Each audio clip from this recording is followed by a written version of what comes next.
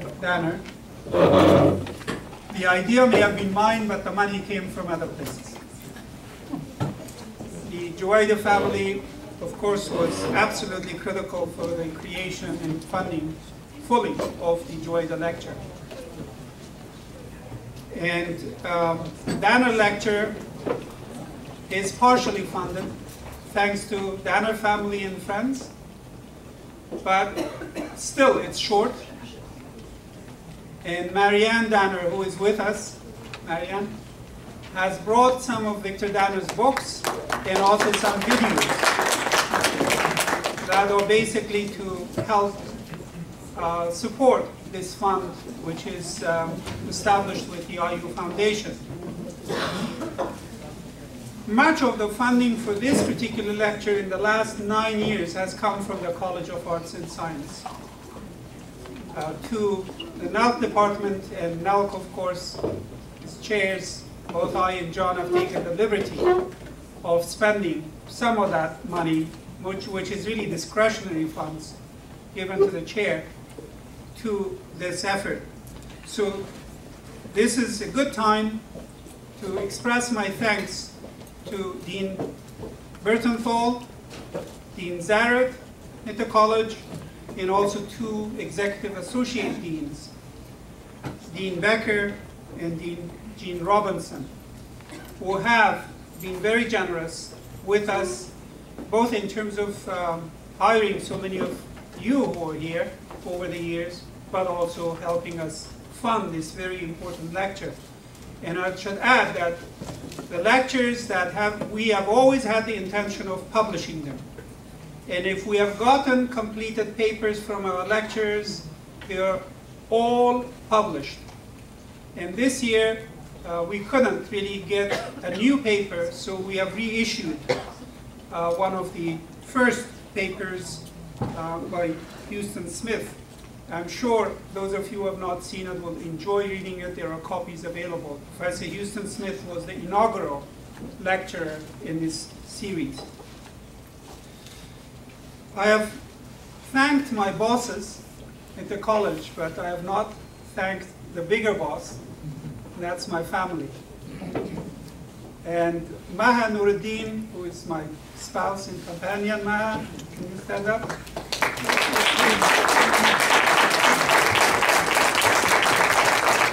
Has probably taken the worst part of my being chair of the department over the last many years. And my two boys, Nur Hadi is here, Nurjan. Yeah? He is 11 years old, and his older brother, who is, I think, at the football field somewhere, is 13. They have also missed their Baba a lot for times that I have not been able to be with them. But they have also been very gracious in coming to some of the events anyway where I have to be. Again, thank you very much, guys. Now let me turn to tonight's speaker. Professor James Morris was nominated by a committee of our faculty, and he was very gracious to accept our invitation to come to honor us with the 9th lecture. Professor Morrison is educated at the University of Chicago and got his bachelor's degree in civilizational studies there, and then went on to Harvard University Center for Middle Eastern Studies, where he earned his PhD degree. He has worked in many places: the Institute for Ismaili Studies in Paris and London, at Princeton University, Temple University, Oberlin College, University of Exeter in England, and for the last many years, since 2006, he has been at Boston College, where he is professor of theology at the Boston College. He has also done a good deal of research in Iranian Center for the Study of Civilization in Tehran. He has been also with the Iranian National Academy of Philosophy in Tehran.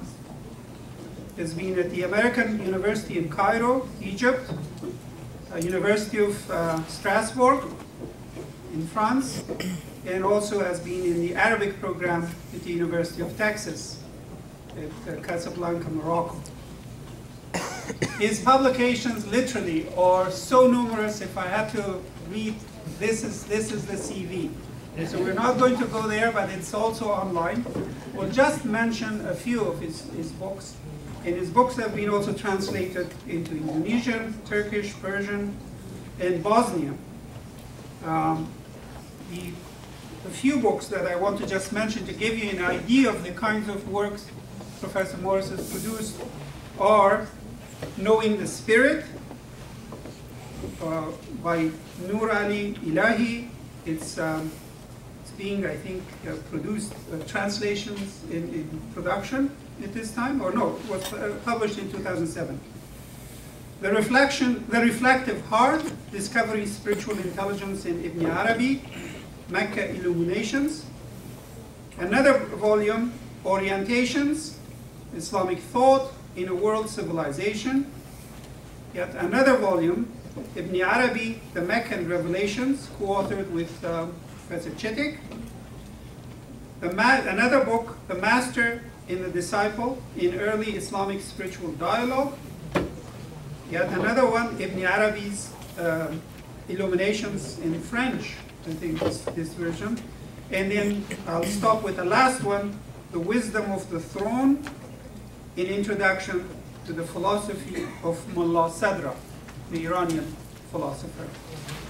Professor Morris, again, as I said, has published enormously, most of it on Islamic philosophy and some maybe on theology. And tonight, he's going to grace us with a lecture on the servants of All Merciful, building communities of realization in global civilization. Please help me welcome Professor Morris.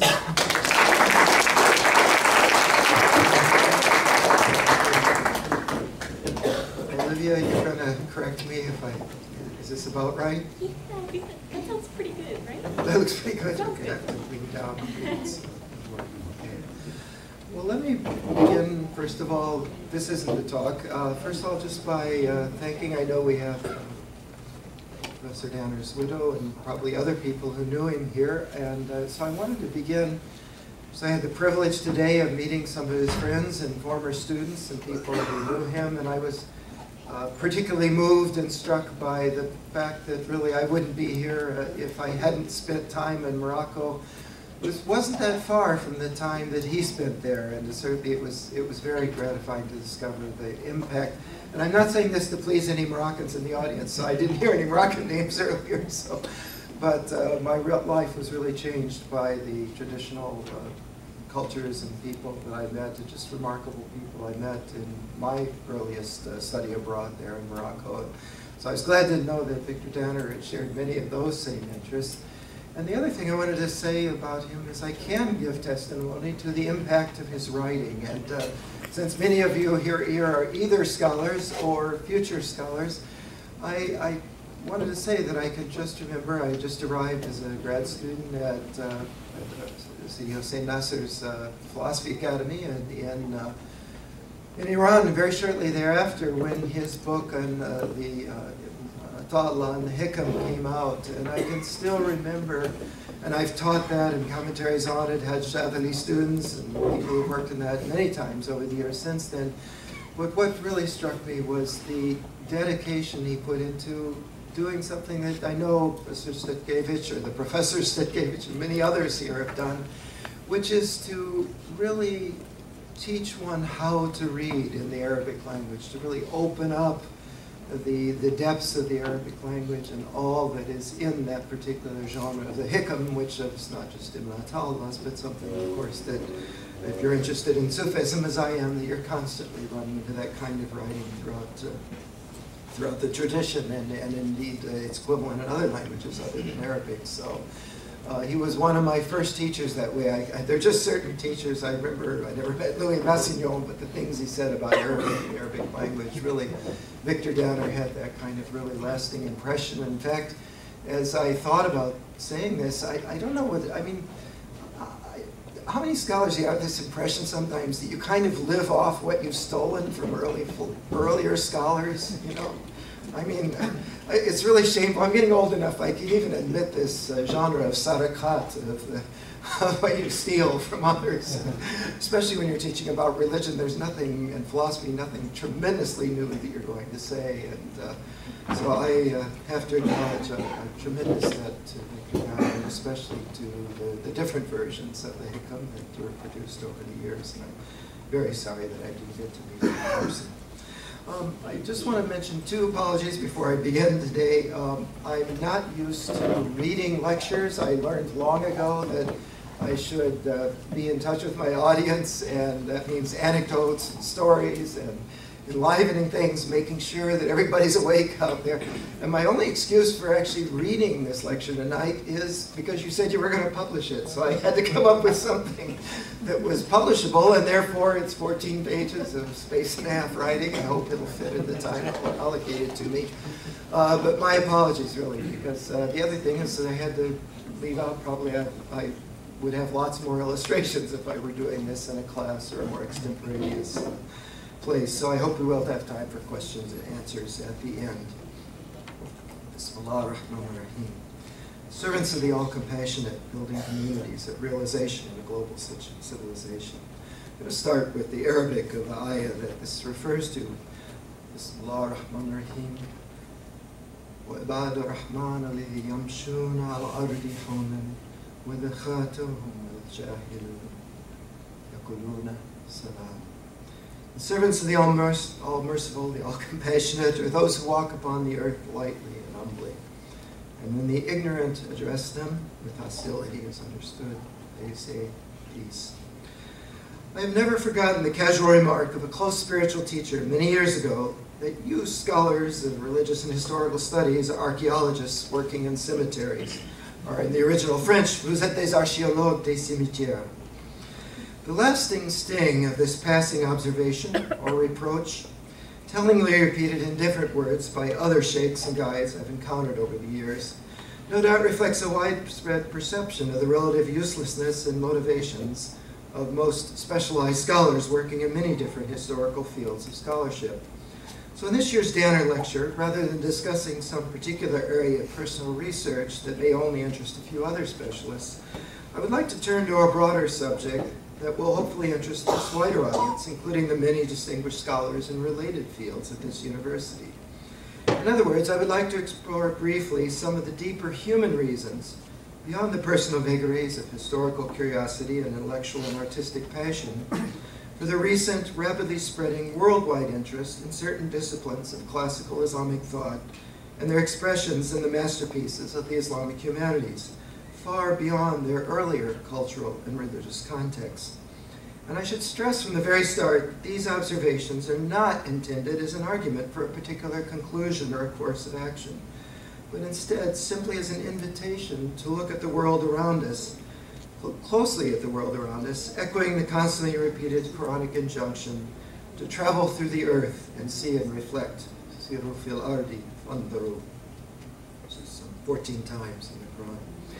It is always easier in any age to notice the public, often violent disintegration of a familiar civilization than to see the slow creation and gradual coalescence of newer forms of cultural and spiritual community. And over the past 40 years, scholars of my generation have, in a way, been remarkably privileged to observe, or rather actually to live through, radical shifts in the cultural roles and socio-cultural location of many traditions of classical Islamic thought, humanities, and spiritual practice. As a young student, I was, like so many of my scholarly friends and colleagues, some of them here in the audience today, profoundly entranced by my initial encounter with traditions deeply rooted for many centuries in a multitude of highly diverse local cultures and creative communities, which I eagerly sought out and explored, above all through unforgettable meetings with remarkable souls, from Morocco to Afghanistan and eventually on to Malaysia and Indonesia.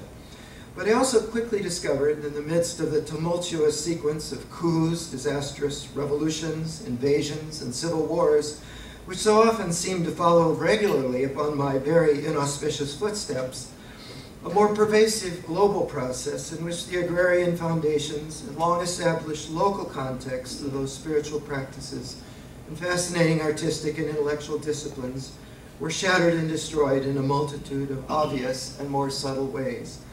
I'm going to make one allowance for a couple of anecdotes here, the only ones in the book, and mention the most dramatic and subtle examples of this process, which I have never forgotten. We're witnessing the introduction of battery-powered tape players and Bollywood music into the non-electrified culture of Herat, resulting in the disappearance in the space of a year. We would go there and spend a month at Nowruz when we were studying in Iran. The disappearance of an unimaginably profound musical culture in which everyone we encountered seemed to be singing, reciting poetry and zikr, playing their own personal instrument. I mean, you wouldn't get into a horse-drawn droshky without someone having their setar up their sleeve, or at least singing and so forth. And likewise, in similar anecdote, witnessing the equally sudden and disastrous impact during my first summer living in Morocco of the introduction of plastic, of cheap plastic suitcases and water pitchers, again replacing almost overnight the beautifully hand-carved wooden suitcases, which were quickly burned as cooking fuel, and pewter ewers, and in the process rapidly impoverishing the many local craftsmen and artisans who had for generations depended on their production and whose lives were traditionally intertwined with local spiritual orders and institutions of religious learning. One could go on with this list, as many of people of my age could, of what's happened in our footsteps. Now, one of the most strangely unexpected eventual consequences of those wider historical transformations is the way that in recent years some of the most promising young people from so many of these same countries and cultures now eagerly strive to come study with scholars of my generation in Western universities. Or, if they are fortunately able to pursue those studies freely at home, are often obliged to do so, as I've just seen coming back from Indonesia, using translations in the strange new global Islamic lingua franca of English, suddenly as pervasive and unavoidable in this digital age as with the rapid spread throughout Asia of Persian and Persianate Islamic culture after the Mongol invasions. Or to capture something more of the countless poignant individual human dramas underlying this situation, we now take for granted an age when, to borrow the memorable imagery of Ray Bradbury's Fahrenheit 451, entire disciplines, artistic, intellectual, and spiritual, of extraordinary human value, which had developed and evolved over centuries, are effectively reduced in their living and creative form to a relative handful of living books, unique civilizational resources who often live, work, and create in relative solitude and obscurity in more supportive Western artistic and centers and universities, such as here in Bloomington. Against that eventful historical backdrop, it is certainly easy to view a concern with the threatened classical traditions of Islamic thought and humanities as a kind of archaeological obsession or a romantic fascination with lost worlds. Indeed, my own undergraduate university training in civilizational studies at the University of Chicago was an ongoing encounter with a host of famous and profoundly nostalgic refugees from the recently self-destroyed civilizations of both Eastern and Western Europe, an encounter that itself often echoed my own childhood obsession with the family myths of our own lost Cherokee heritage. And most of my adult life since then has been involved with the establishment of a series of remarkable academic centers, first in Iran, then in Paris, London, and Exeter, or even now at BC, funded by far-sighted philanthropists that were devoted to finding ways of preserving, restoring, or somehow recreating key civilizational dimensions of the Islamic heritage in philosophy, music, culture, literature, theology, and politics, under radically challenging new historical circumstances. So today, rather than looking backward, as we historians, of course, naturally do in our profession, I would like to instead turn to look forward and around us at some of the unexpected or taken for granted ways that new and necessarily global civilization may be emerging from the very visible ruins of Islamic and many other earlier traditions, under circumstances not that different in many ways from the earlier periods of creative coalescence, particularly in the centuries immediately following the Mongol invasions. There are subtitles here, subheadings, The Pathways of Realization, Madahib al-Tahqiq. I've chosen to speak today of the wider shared methodological approach of spiritual reflection and realization or actualization, of what its proponents historically called tahqiq, related term, tahakkuk, or the unique interplay of spiritual attentiveness, intelligent reflection, and illuminating inspiration characterizing each individual muhakkik. Since the universal applicability and potential appeal of that distinctive perspective or approach to life is almost immediately recognizable today by people from all the world's cultures and all walks of life. And because this approach provides such an obvious connection between different religions and cultures, the metaphysical backdrop of that process of realization is aptly summarized in one of the most famous and often quoted Quranic verses, most often alluded to by the pioneering representatives of this tradition. We shall show them our signs on the horizons and in their souls, so that it becomes clear to them that He, or Hu, the divine essence, is the real Al-Haq. سنريهم آياتنا على الآفاق وفي أنفسهم حتى يتبين لهم أنه هو الحق. For our purposes today, we can start with this far-reaching description of the essence and aim of the human state, centering on the awareness of the heart. Qalb al-insan is the constantly evolving mirror of the real divine Haq. That is, as the ongoing intersection of the divine self-revelation through all the infinite forms of creation, with our own ever-deepening discovery of the source and meaning of those signs. Or to use Ibn Arabi's technical vocabulary, and for convenience I'll cite him, I could cite many other later Muslim thinkers here as well, but to use his technical vocabulary, each person's life can be described in terms of a specific inner relationship of sensitivity and responsiveness to those particular divine qualities or names that eventually come to define each human being's uniquely individual reality. Each soul, through its lifelong movement of devoted service, ibadah, to the sustaining Lord, or Rab, constituted by its particular guiding set of divine names, gradually comes to follow a certain recognizable trajectory, which is this madhab, this way of moving towards our destiny in the language of these schools.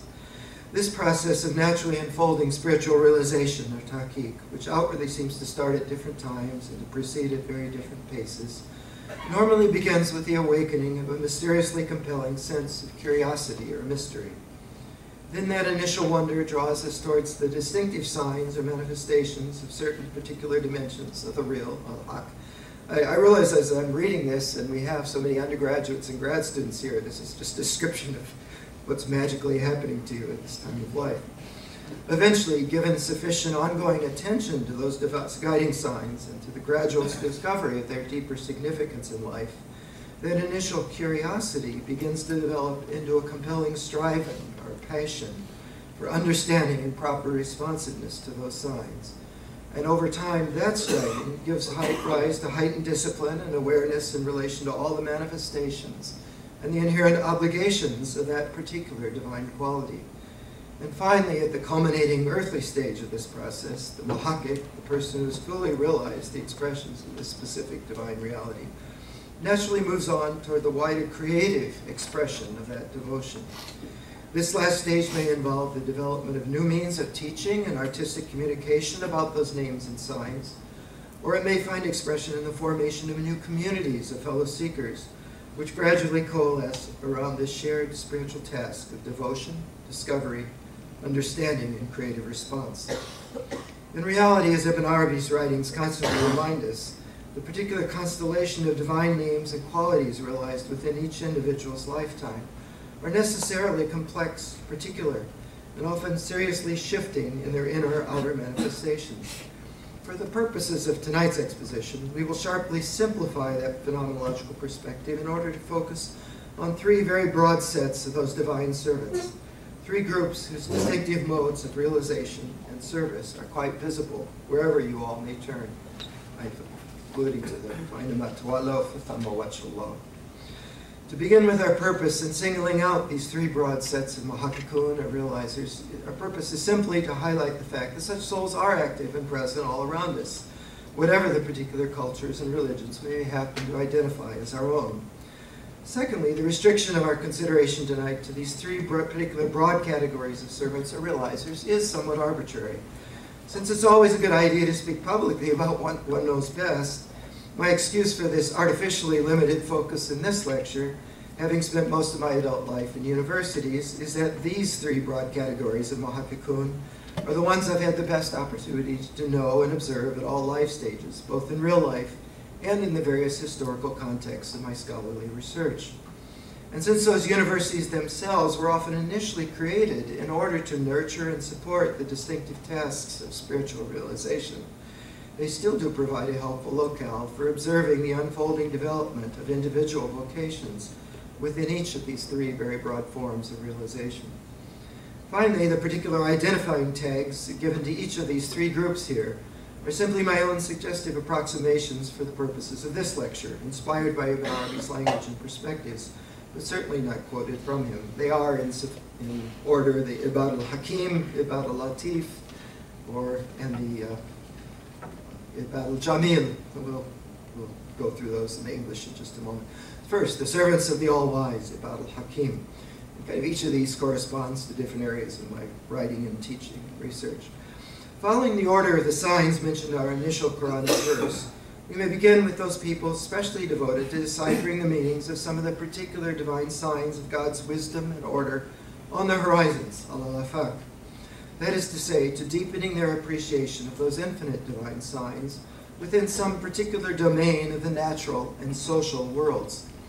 Now, what is immediately obvious when we consider the relative attention and resources devoted to this vast external realm, external that is to the soul of the divine signs, comparing our own age with that of Ibn Arabi and Rumi, for example, what's obvious is a dramatic global shift in emphasis and in organization. For in fact, vigorously active global communities of accomplished Mahakakun do exist today, focusing on virtually every conceivable area of those manifold physical and socio-historical horizons. And these specialized seekers in most of these domains benefit from well-developed systems of support, initiation, training, and discipline that are open to those with the necessary vocations. As a result, the disciplined dedication of all these individuals devoted to realizing some highly specialized manifestation of this divine name, Al-Hakim, the all-wise orderer of creation, is something by now people everywhere tend to take almost for granted. Just as so many people across the Islamic world for centuries took for granted the remarkable spiritual accomplishments and explorations of the divine friends, the Awliya Allah, and all those other servants particularly devoted to deciphering the divine signs in their souls. At a deeper level, of course, Ibn Arabi would be the first to remind us that such single-minded devotion to realizing only one or even a partial set of the divine names is itself a kind of unintentional but still dangerously restrictive idolatry. However understandable such a restriction of our focused devotion and realization might be, given the limited capacities and circumstances within which we all must work. But that sort of narrow restriction of one's field of realization poses a profound spiritual challenge, which is shared by exclusivist devotees of every divine name, and which surely has its own providential purposes and underpinnings. Second group, the second method, the servants of the subtly gracious, Ibad al-Latif. Simply for the purposes of this lecture, we will speak tonight of the servants of the subtly gracious as all those whose lives are particularly dedicated to deciphering and deepening our understanding of the presence and meaning of the divine signs in their souls, the anfusihim. This is the immense domain of spiritual realities in which Ibn Arabi's extraordinarily prolific writings, drawing on so many earlier traditions of spiritual research and accomplishment, still provide one of the most extensive and inclusive phenomenologies of the spirit ever produced. Because of the intimacy and inherent individuality of these divine signs in the souls, the practical pursuit of the processes of realization relating to the spirit has often been restricted to the unrecorded, highly individualized personal relationships between spiritual guides and teachers and their students, to all the intricacies and mysteries of sohbah or sohbet. The remarkable worldwide interest in Ibn Arabi's writings today, of course, is made possible precisely by their thoroughgoing exception to that predominantly oral tradition, since they do provide such richly detailed and anecdotally revealing accounts of virtually every stage and dimension of the spiritual path. For Ibn Arabi's own unique writings continue to offer, like the Quran, Hadith, and traditions of the awliya that are their constant inspiration, a remarkable treasury of practical, doctrinal, and pedagogical tools and reminders of the intrinsic human universality of the signs of the real in the souls. Indeed, it was exactly this vividly demonstrated, directly verifiable appeal to the human accessibility of the real, al-Haq again, which so quickly made his works the indispensable spiritual companion for the wider processes of creative innovation and localized cultural adaptation of spiritual teaching that accompanied the rapid spread of Islam throughout Asia as a world religion and as a remarkably diverse and inclusive civilization in the centuries immediately following the Mongol invasions. In fact, as we often pointed out in other studies, it is that same characteristic approach of practically and intellectually rigorous spiritual realization, combining careful inner attentiveness and corresponding intellectual apprehension, which underlies the recently expanding worldwide appeal of Ibn Arabi's writings and insights.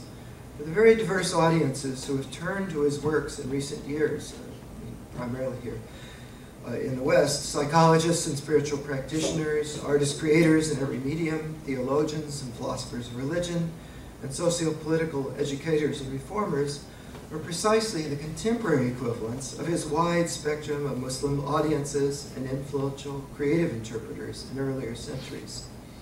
This phenomenon is hardly surprising, for today, just as was happening throughout the Muslim world amidst the turmoil of the 13th century, or 13th or 7th century, as you please, we live in a world where the expression and perception of this realm of the divine signs and the souls is being, given my corrections here, is being transformed by at least 3 new globalizing conditions for spiritual life. What is perhaps most striking about these 3 interrelated transformations is the way that they have already become so omnipresent that they are relatively invisible and taken for granted by those young people who have grown up among them, being new and surprising only to those of us old enough to remember a very different world, sharply divided into relatively separate and distinct religious traditions and civilizations. So the first of these new conditions, particularly influencing the actual symbolic forms and expressions of individual spiritual life everywhere today, is the eclectic spreading of a common, globally dispersed set of popular symbolic repertoires, originally drawn from a host of previously separate cultural traditions. In other words, we witness everywhere the emerging of a host of new, often globally shared symbolic and mythological languages.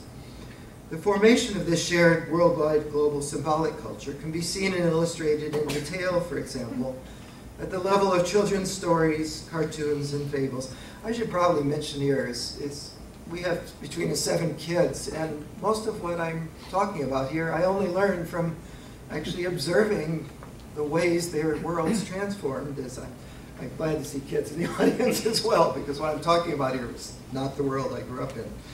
But we witness the formation of this is visible in children's stories, cartoons, and fables. I first started noticing it was when I started.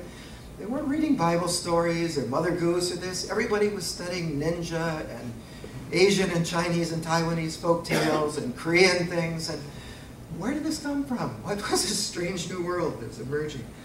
So other things where you see this in music, cinema, and video games, in the worlds of advertising and other forms of mass communication, and of new shared ethical and political ideals, such as issues involving the global environment, sustainability, and green consciousness.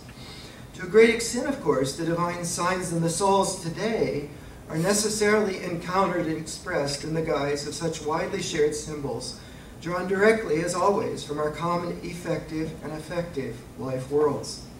As one quickly discovers in teaching students and young people around the world today, the operative symbols that they naturally use to speak of their spiritual and ethical lives, whether consciously or in the more intimate realms of dreams and spirituality, tend to be drawn from this same worldwide repertoire of shared popular symbolism, rather than from the earlier prevalent symbolic frameworks of religious scriptures and traditions, or localized folkloric and poetic cultures. The second new global condition transforming this domain of spiritual intelligence and realization is the wide popular awareness, perhaps only implicit at the mass level, but readily filled out by any youngster with a modicum of curiosity. This popular awareness of the radical similarities between the essential spiritual and devotional practices across what were previously often taken to be quite separate and irreconcilable religious and devotional traditions. Just to mention just a few: forms of prayer, pilgrimage, retreat, fasting, vigil, service, vows, offerings, sacrifice, personal guidance, and so on. In souls with a spiritual vocation and sufficient intellectual curiosity, it is difficult to separate this particular globalized awareness at the level of spiritual practices from further questioning about other claims, ethical, doctrinal, theological, eschatological, and so on, that were also once assumed to sharply distinguish different historical religious traditions. The third new factor providing a shared global context for spiritual life, at least in urban, cosmopolitan, and digitally well-connected settings, is the widespread situation of almost immediate personal access to and choices among a highly diverse spectrum of alternative spiritual tools, disciplines, and forms of guidance. Unlike past historical circumstances, these diverse new options for spiritual guidance and practice are most often quite distinct from those initially provided by each individual's prior familial background or local cultural and religious adherence. Instead, these alternative therapeutic possibilities are potentially drawn from a wide range of different religious and cultural traditions, including eclectic combinations like the 12-step programs or things calling themselves yoga, and other self-proclaimed new innovations. And here, a few hours searching the internet, almost anywhere in the world today in any language, will amply illustrate the phenomena I'm speaking about here. And again, this broadly shared spectrum of potential spiritual resources is often connected with or expressed in a language tied to widely shared human issues of holistic health or other global environmental, ethical, and political concerns. While it is certainly far too early to discern all of the practical implications, whether social, cultural, religious, and ethical, political, and the eventual longer-term results of these three interrelated and still very recent global transformations, one very practical consequence is already quite evident. Each person interested in exploring and appropriately responding to the necessarily individual divine signs in their souls is now obliged to seek out translators. This is tarjuman, is Ibn Arabi's favorite term, and of all of his later interpreters. Seek out translators who are qualified and capable of connecting these signs to their underlying reality and source, but who are also, and here's what's really new, we're also able then to translate as well across and between the spiritual experiences and practices of disparate individuals from dramatically different backgrounds. I wish I had time here to talk about it. I just came back from witnessing in Indonesia, but it amply illustrates what I just said.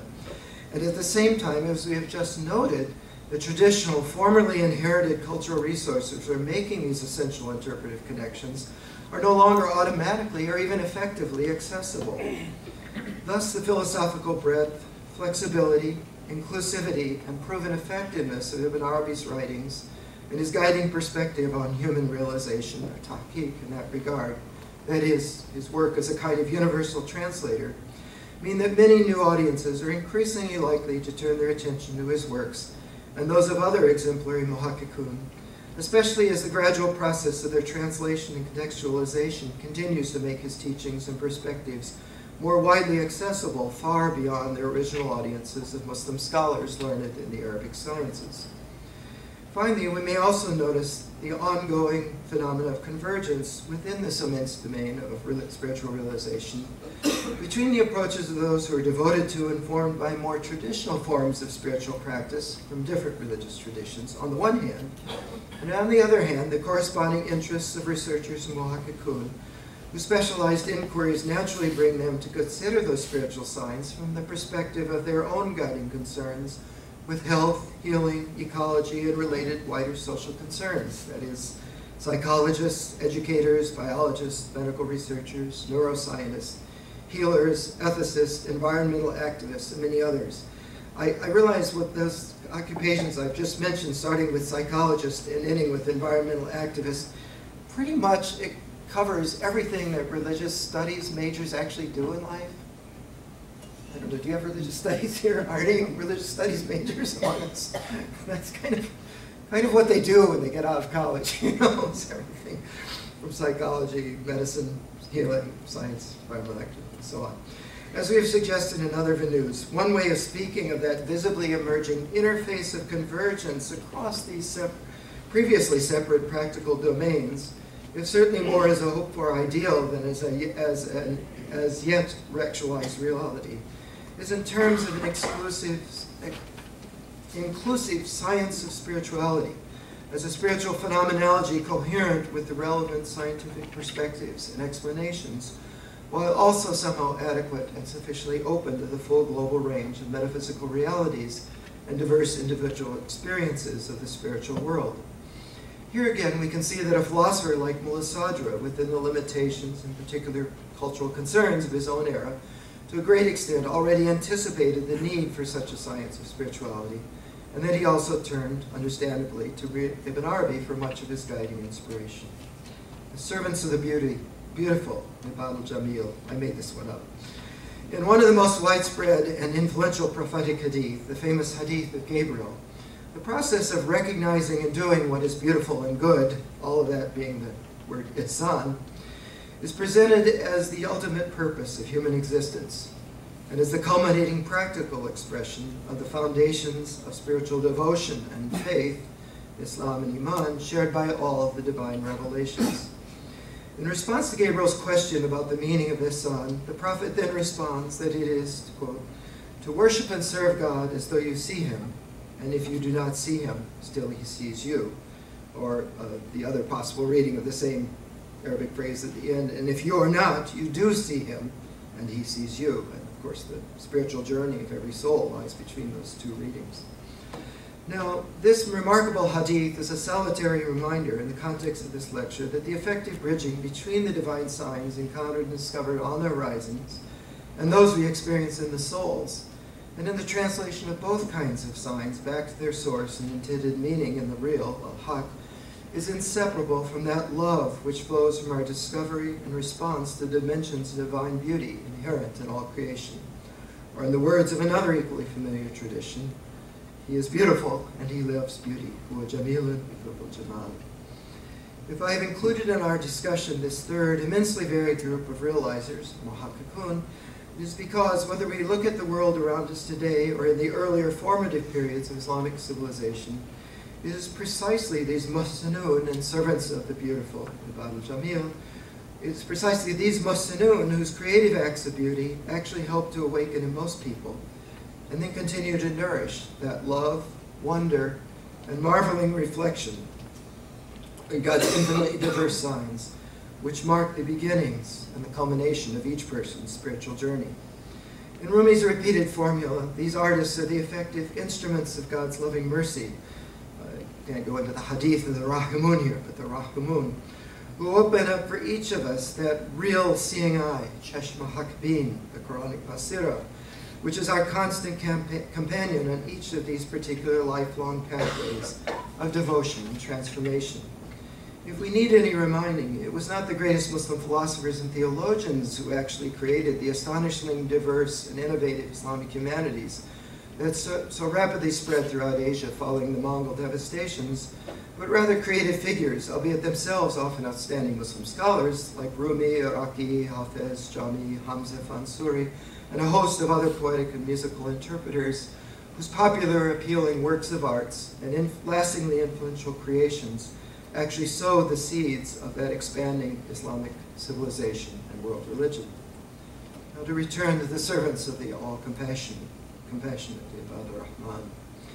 In the vast majority of cases, there is still a great distance, of course, separating each of these relatively common pathways of realization and apprehension of the divine signs from the state of those rare and mysterious servants of the all-compassionate, evoked in the Quranic phrase of our title, who are themselves, in so many pervasive ways, among the deepest and most influential of the true signs of God.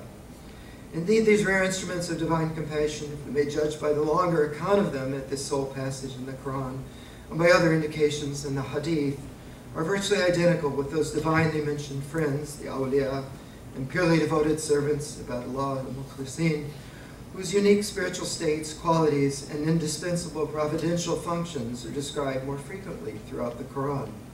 So if we've placed these special figures in the title and the epigraph of our discussion here, this is because of the two special qualities mentioned at the very beginning of the Quranic description, attributes which are clearly shared to some extent with those much larger groups of realizers who follow the varied pathways of realization with regard to any of the signs of the real, whether on the horizons or in their souls.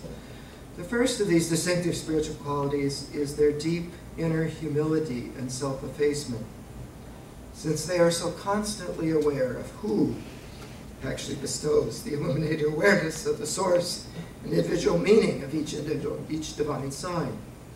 The second of those shared qualities is their inner equilibrium and self-possession, manifested in their remarkable refusal, even in the face of direct provocation and hostility, to fall into the natural egoistic pitfalls of disputation and polemics, or worse.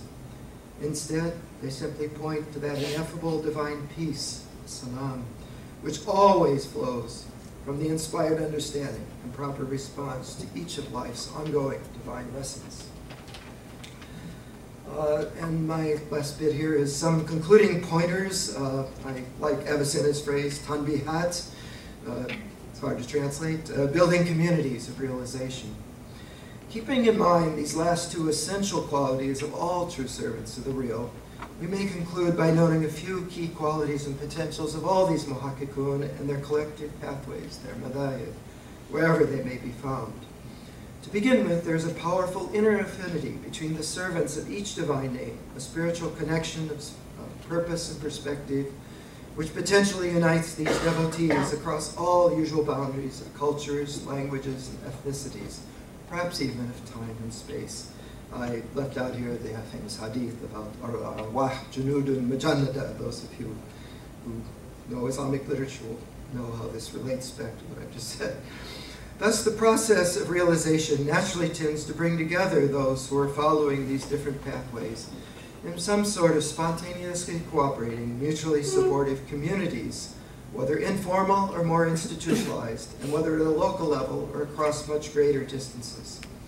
Today, that natural process of coalescence and cooperation and realization may be most obviously visible all across the world in some of the natural and human social sciences. But in the past, it happened at least as suddenly and pervasively after the 13th or 7th century in a very different domain of realization.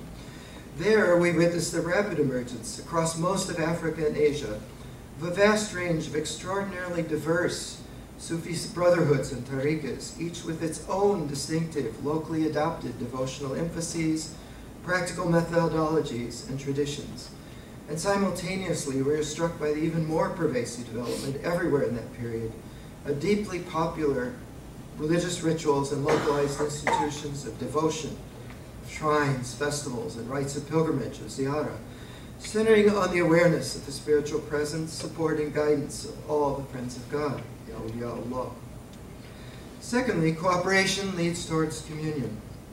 In other words, the collaboration and mutual support often needed to successfully pursue these different pathways of realization, whatever their particular focus and initial starting point in each case, already presupposes a deeply shared purpose and vision. And that shared process of inquiry necessarily culminates in the discovery of a common constructive basis of understanding, in a shared experience of the real, in a finding of the real, wujud al-haq. For that shared revelatory experience of being, in Arabic, wujud, which literally means finding, and ecstatically experiencing the actual presence of the real.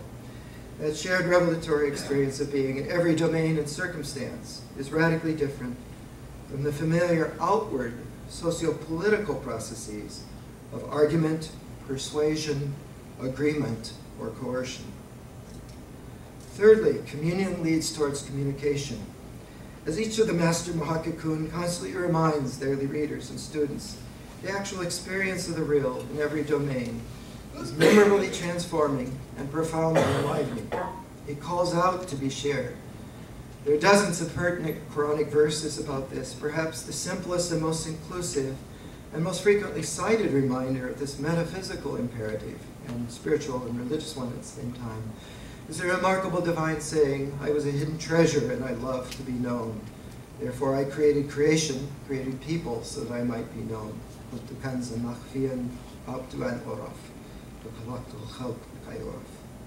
For communication within this context of realization has the very specific sense of actually reminding, showing, or revealing the particular face of the real that is in question. Finally, effective spiritual communication requires creative imagination.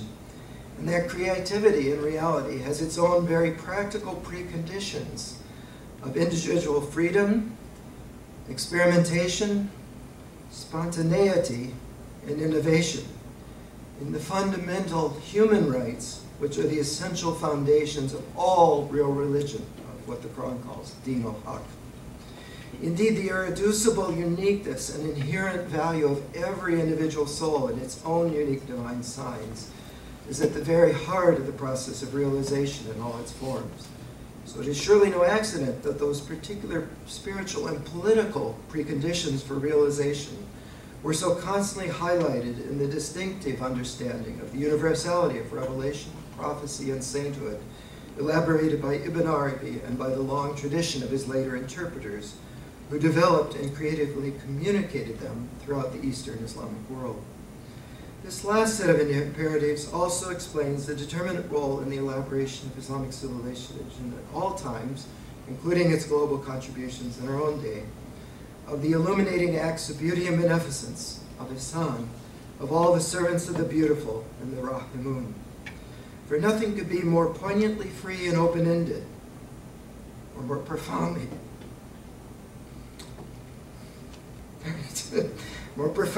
and unavoidably personally challenging than the simple phrase, as though, in the Prophet's own explanation of Ihsan as the culminating expression of all truly divine religion, to worship and serve God as though you see Him. Thank you.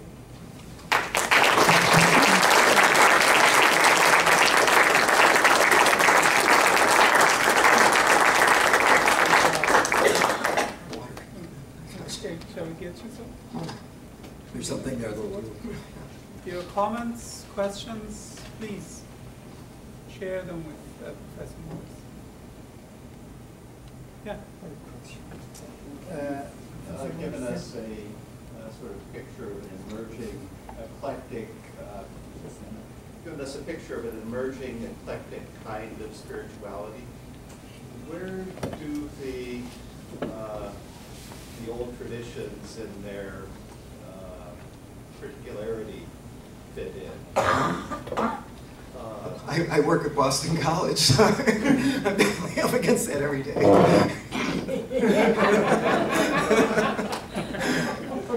You understand what I'm asking? Yeah, of course. No, I carefully avoided the word ideology.